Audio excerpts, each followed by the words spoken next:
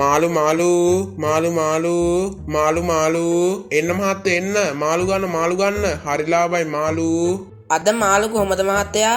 මාළුද මාළු නම් හොඳින් ෂෝක් මාළු ටික නෑ මං ඇහුවේ ගාන කොහමද කියලා. මහත්තයා ගානද අද පරාමාළු කිලෝයක් ගියේ 1200ට බලමාළු කිලෝයක 1000ට ගියේ. මාළු ගණන් වැඩි වගේ නැද්ද මහත්තයා? මීට වඩා නම් අඩු කරන්න බෑ මහත්තයා. අපිට කන නම් චිකන් කිලෝ දෙකක් ගත්තා. මේ බල්ලට කන තමයි ටිකක් බැලුවේ.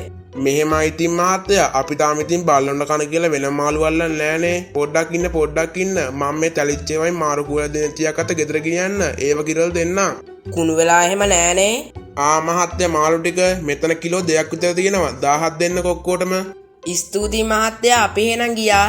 හරි හොඳයි මහත්තයා. මාළු වෙලෙන්දා මොනවද ඔය තමුසී මට දීපු මාළු වර්ගේ? ඇයි මොකෝ මහත්තයා මේ තරහෙන් වගේ මොකද්ද ප්‍රශ්නේ? ඊයේ මං තමුසගෙන් මාළු කිලෝ දෙකක් ගෙනිච්චේ. ඒක කනකොට හරියට කහඹලියක් අක්කනවා වගේ කට කහන ඉවරයක් නෑ. කුණු රහයි.